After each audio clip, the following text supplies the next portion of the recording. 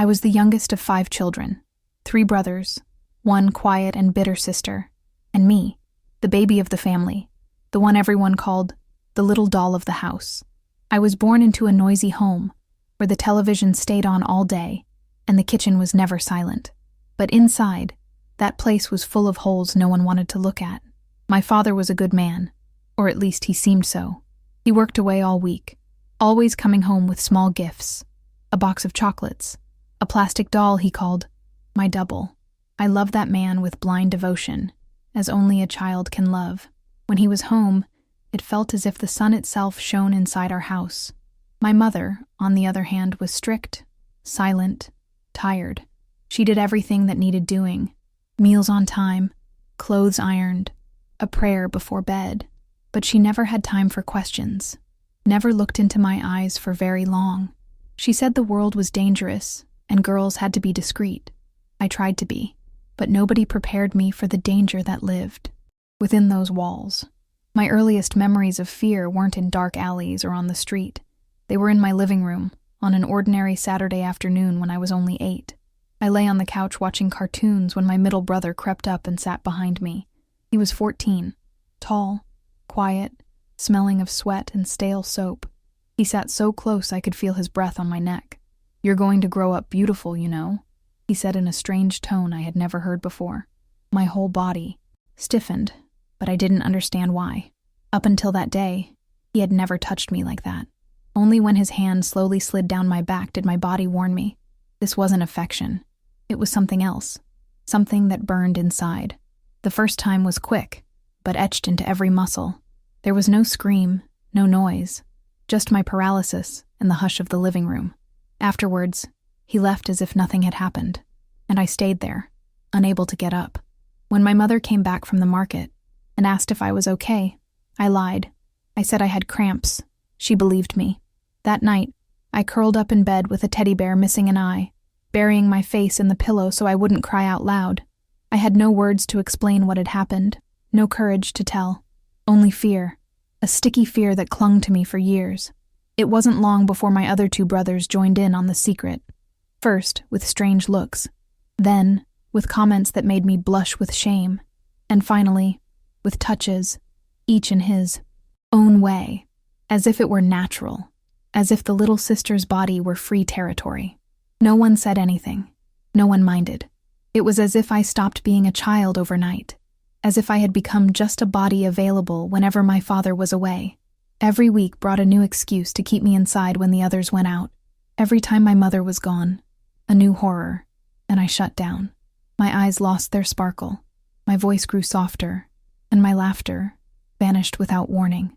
I stopped playing. I stopped dreaming. I began wearing baggy clothes, hiding under the covers even when it was hot. At school, I was the model student who suddenly began getting bad grades. Teachers asked, and I invented illnesses, headaches, insomnia. Once, a teacher knelt beside me and said, "Don't you want to talk to me, dear?" All I could do was nod. Because yes, I did want to talk. Wanted it desperately. But fear spoke louder. "No one will believe you." That's what my brothers said. And I believed them. After all, who would think that 3 children from a good family could do something so monstrous? The cruelest part wasn't just the abuse. It was the psychological torment, the threats, the blackmail. "If you tell, Mommy will die of grief. If Daddy finds out, he'll leave forever." They trapped me with words before they trapped me with force. And I, so small, began to believe it was my fault, that maybe I had invited it, or that my body had done something wrong. I looked in the mirror and hated what I saw. I wanted to disappear. I tried to stop eating, to scratch my skin, to take freezing showers, anything to feel something other than my own disgust. My middle sister, 3 years older than me, seemed to live in another world. She locked herself in her room, spent afternoons listening to the radio, brushing her hair, pretending not to hear the noises. She never asked me anything, never offered me a look, perhaps because she had her own wounds. Maybe silence in that house was a means of survival. We learned early on that those who spoke too much were punished, sometimes with a belt, sometimes with disdain. So I learned to be quiet, to smile when I didn't want to be grateful for every meal even with a knot in my throat. And time went on. The calendar changed, but the pain remained the same. I watched other girls going to the park with their siblings, taking pictures, playing, and I wondered, am I the only one living this? Am I the only one who's dirty? Gradually, I became a shadow in my own home, and no one, absolutely no one, seemed to notice. To this day, I still ask myself whether my mother knew and chose not to see it, or simply couldn't bear to. But one thing I know for certain. In that home, my childhood was stolen, and no one came looking for justice on my behalf. After a while, fear was no longer a visitor. It became my constant companion. It was as if a beast lived in my chest, ready to strike at the slightest hint of joy. There were no more good days, only days when no one touched me, and even then, I couldn't relax. I listened for footsteps in the hallway, the turn of a key in the lock, breathing behind the curtain. I knew the exact times each person returned, my mother's routine, how long her market trips took. I mapped the house like someone living in a war zone. My survival depended on it, anticipating danger, yet it still wasn't enough. The threats evolved. One day, Joseph pressed me against the hallway wall and looked at me with a cold calm that chilled my spine. "If you tell Dad, we'll say you tried to seduce us." I didn't really know what seduce meant, but I knew it was wrong. Worse, I knew they could make people believe it. The shame, once silent, turned into panic. I looked in the mirror and saw a stranger. I blamed myself for being born a girl, for having a body, for breathing, and for being unable to scream. School became a burden. Once my only refuge, it too felt unsafe.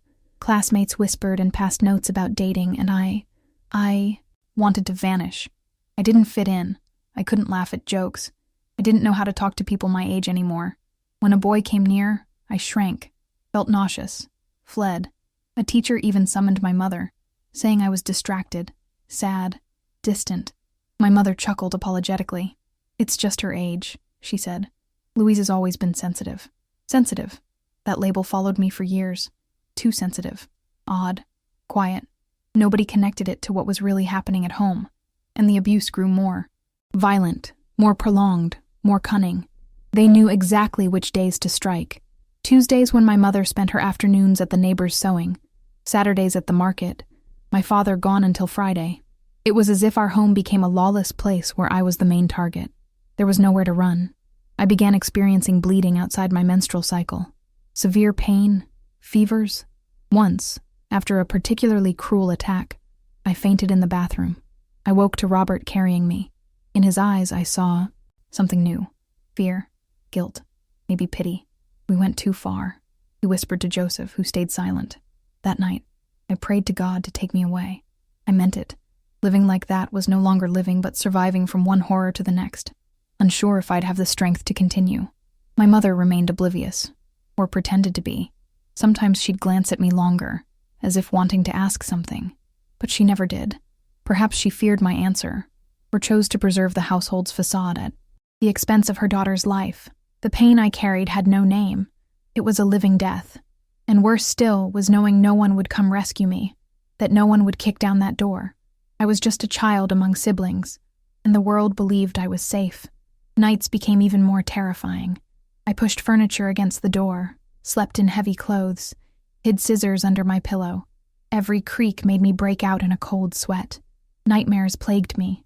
My father returning from a trip, me running to him with my confession, only for him to call me a liar.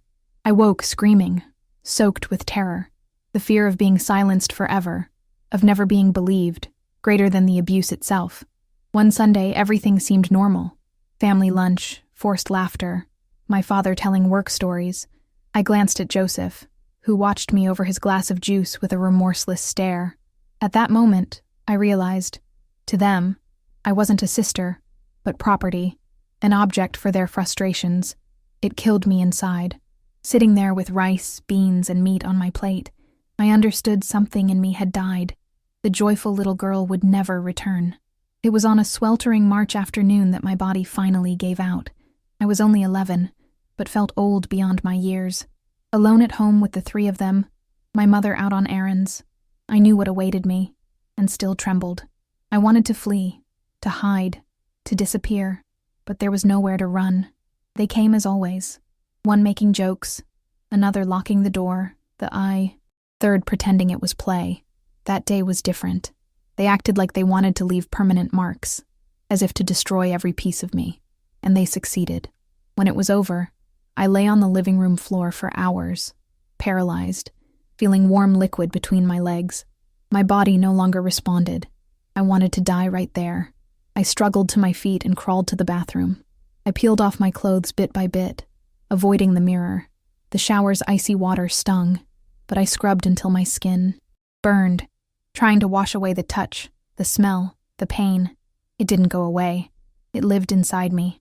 By the time my mother returned, I was in bed with a fever. "Are you sick, dear?" she asked.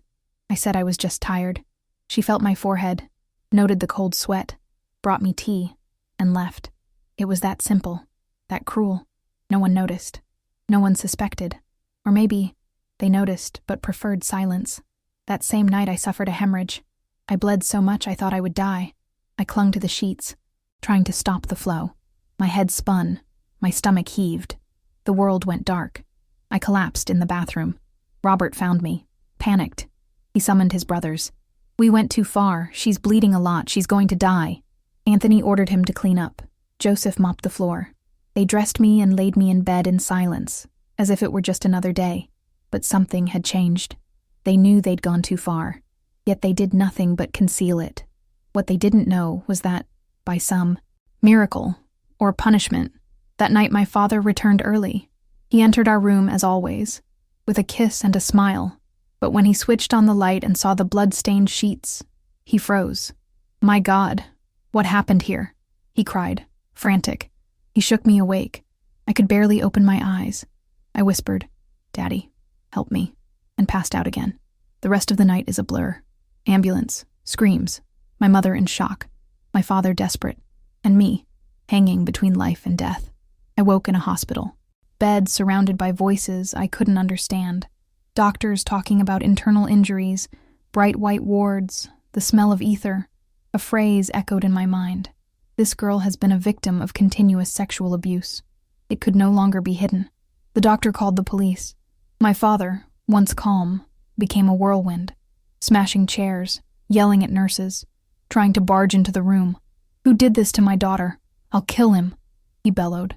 My mother huddled in a corner, sobbing like a frightened child. I couldn't speak. My lips wouldn't move. I stared at the ceiling, wishing to fall asleep forever. A social worker visited, young with gentle eyes. She took my hand and said, "Was it someone from school? From the neighborhood?" I lied. I said it was strangers on the street. "I don't know who." She wrote it down, said it was okay, that the important thing was, I was safe now.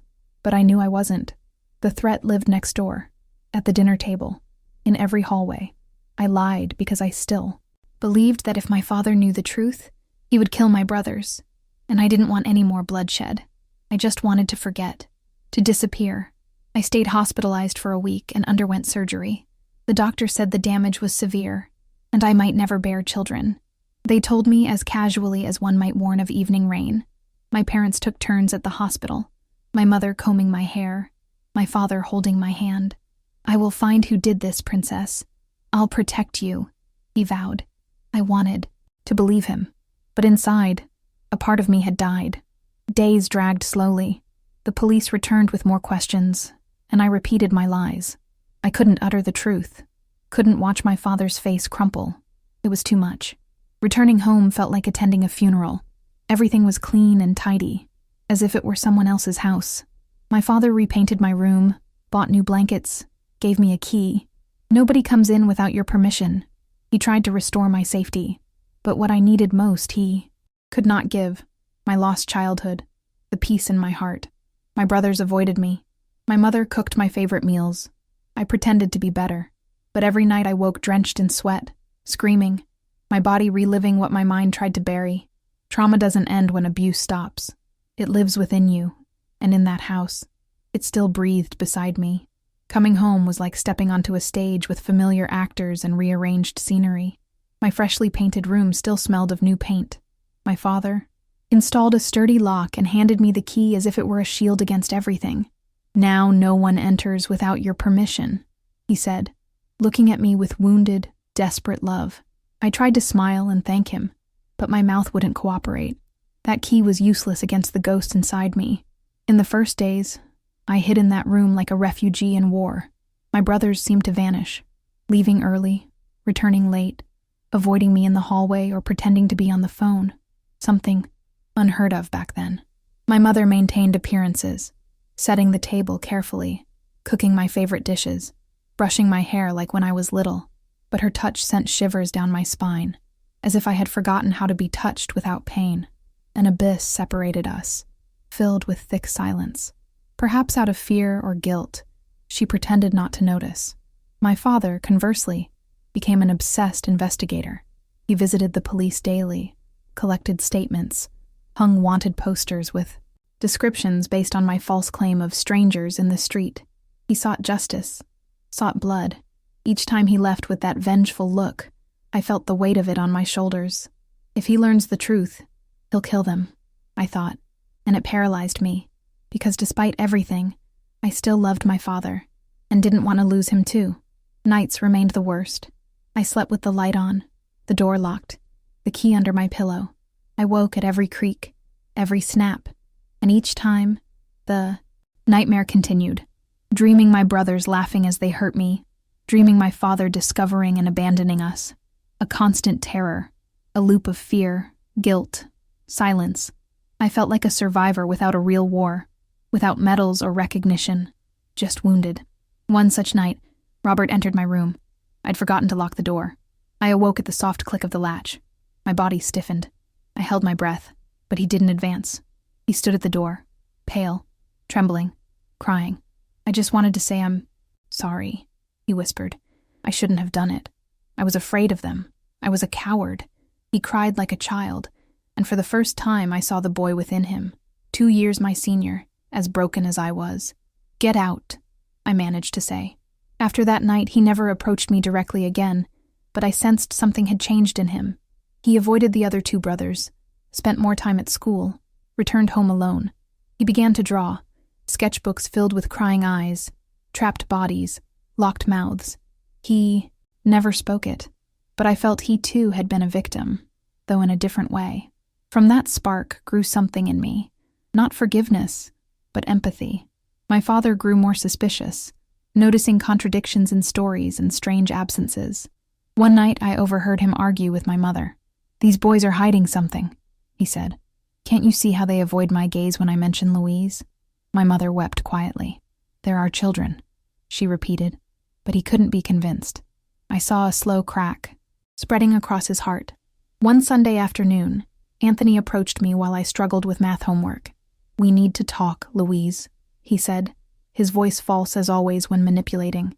"This can't go on. Dad is suspicious. Robert is falling apart. If you tell, we all get hurt. Is that what you want?" I froze, said nothing, and walked back to my room. But inside, something shifted. For the first time, I felt anger that gave me courage. That night, I poured my truth into a notebook. Every abuse, every word. Each day my soul was crushed. I wrote with rage and pain, wanting to puke, but I wrote. When I finished, I locked the notebook in a drawer. It wasn't yet time to reveal it, but I needed the truth to exist outside myself, something concrete beyond my body. Days later, my father returned from the hospital with an envelope of my test results. As he read the reports, internal injuries, repeated trauma, clear signs of continuous abuse, something in him shattered. He tossed the papers on the table, looked at me and said, "Please, my daughter, tell me the truth." In that moment, I knew I couldn't run anymore. "It was them, Dad," I whispered. "My brothers. Since March." The world stopped for a second. The living room was so silent I could hear the clocks tick. My father closed his eyes, took a deep breath, and when he opened them, he was no longer the same man. He shot from the room like lightning. Minutes later, I heard screams, smashing furniture, my mother pleading. Chaos exploded like a bomb. I curled up in my room, crying and trembling, yet strangely relieved. The truth was out. The police arrived soon after, alerted by neighbors. Anthony and Joseph were handcuffed and taken away. Robert went quietly, tears in his eyes. without cuffs. "Forgive me," he said as he entered the patrol car. I didn't answer. I just wanted to breathe, to feel that the worst had passed, knowing the pain was far from over. In the following days, our home became a field of mourning. My mother cried constantly. My father stayed silent for days. I just wanted to disappear, but at the same time, something stirred in me. A spark, a new beginning. For the first time, I could walk to the bathroom without fear, sit in the living room without bracing for hands. I could sleep without locking the door. That's when I found I could start again. It still hurt, terribly, but I was alive, and now, free. For the first time in years, I looked out the window and felt the sun warm my face, and that, alone, felt more than I ever thought I'd have. My brother's imprisonment was like the world both exploded and fell silent. The walls seemed to have ears, but now no one told me to be quiet. Strange, terrifying even, this new emptiness, a silence without screams, without threats, without heavy footsteps. But the silence also hurt because it was in that quiet that memories screamed. Their absence did not erase what they had done. Inside me, a frightened child still trembled in a dark corner. My father tried to protect me with everything he had. He installed new locks, rearranged furniture, even replaced my bedroom door, wood as a barrier against memories. He took turns with my mother caring for the house, slept in a chair beside my bed during nightmares.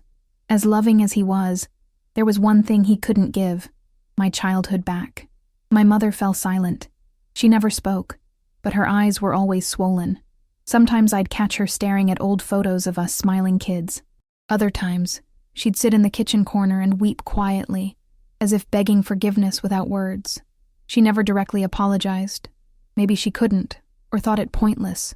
But over time I felt her remorse as a shadow, heavy beyond any human's burden. After the trial, we moved to another city. It was necessary. The scandal had spread. Neighbors whispered, "That's the girl abused by her brothers." I heard Dad almost killed them. Mom lost her mind. It was unbearable. So my father packed our things, sold the house, and we left for a place where nobody knew us. In the new town, I became the new girl. Strangely, it was comforting to be just an unknown, quiet, unnoticed. No one knew what happened. No one asked questions. In that anonymity, I began to exist differently, still timid, still wounded, but with space to breathe. I enrolled in a small Catholic school where nuns spoke softly and walked slowly. Everything was so different, and for the first time, I could walk in the courtyard without fear of hands on my back. I wrote constantly, pages upon pages in hidden notebooks. I wrote what I couldn't speak, invented stories, created characters, rewrote real scenes with different endings, sometimes killing my brothers, sometimes saving other girls like me. Writing became my first form of healing, my way to scream without noise. And in that silence full of words, I realized part of me remained intact, my voice. A teacher was the first to truly see me, not physically, but emotionally. One day she read my essay and called me into her office. "You have something special, Louise," she said gently. "You write with pain and hope." I swallowed my tears. No one had ever said that to me. In that small compliment, something ignited, a kind of faith that maybe I wasn't just a victim, but could be the author of my own story. I finished high school with difficulty. My traumas still haunted me. My nightmares persisted. But I moved forward, enrolling in a pedagogy program. Unsure if it was right. I just wanted to care for children, perhaps to protect what was never protected in me, or to ensure no girl felt as alone as I once was. Between books and educational theories, I quietly reconstructed myself. In my second year, I met John, an engineering student. Shy, smiling, respectful. We began as friends, talking about films, politics, music. He never pressured me, never pried into my past, only asked about me in the present. That won me over.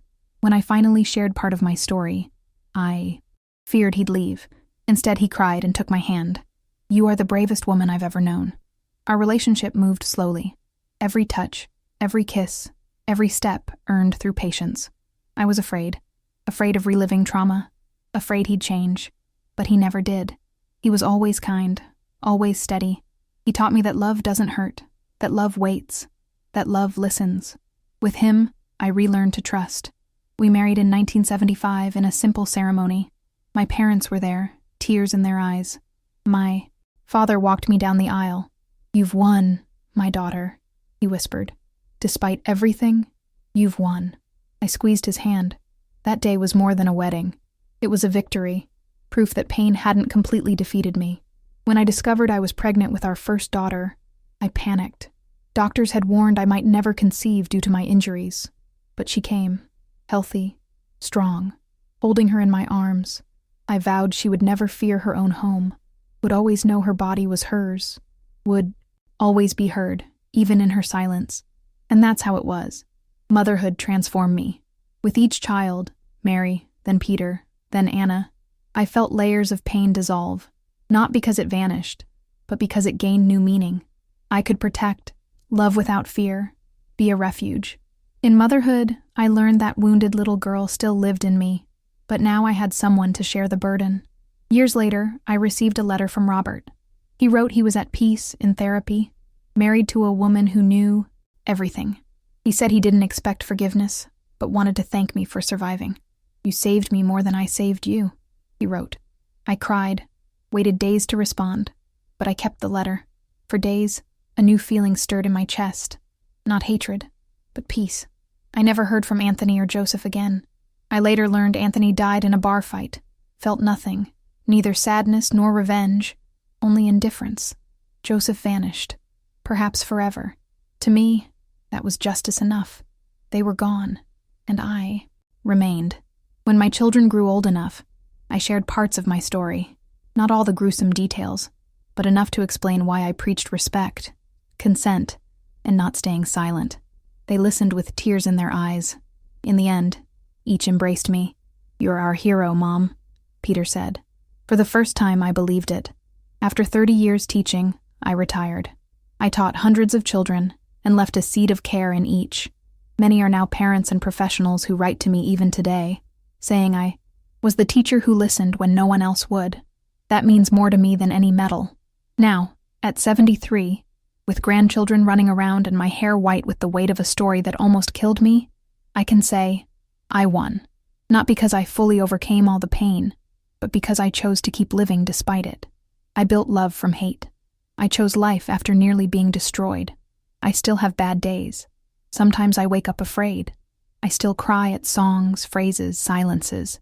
But now I embrace myself, speaking to that 8-year-old girl inside and saying, "You survived, and now you're free. If you've listened to my story, know this, you too can break free. Maybe not today, maybe it will take time, but it's possible. Your pain is real, your story matters, and you are not alone. If this story spoke to you, comment here to show you're out there, still standing.